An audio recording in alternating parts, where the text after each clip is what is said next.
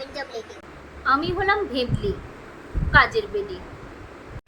But কাজ করতে হয় কর্পোরেট সেক্টরের মতো, প্রচন্ড চাপ। আমি উল্টে চাপ দিই যে আমি আজ কাজে আসবো না, আমার ফিক্স ছুটি সানডে।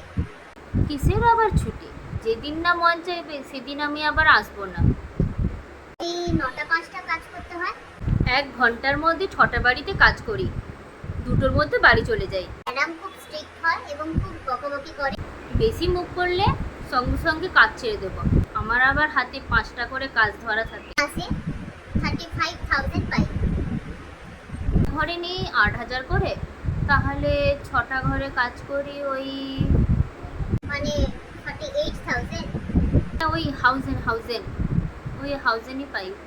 আমাদেরকে আবার জুতো সেলাই থেকে 20 পার্ট সব কাজটাই করতে হয়। আমি আবার বাবা 10টা বাসন মাজবো, 2টো ঘর ঝাঁট দেবো আর মুছে দেবো, কিন্তু তার থেকে একটা বেশি ঘর ঝাঁটও দেবো না, মুছেও দেবো না, আর একটা বেশি বাসন মেজেও দেবো না। ভাবছি এবার জব ছেড়ে হেল্পিং হ্যান্ড জবে সুইচ করে যাব।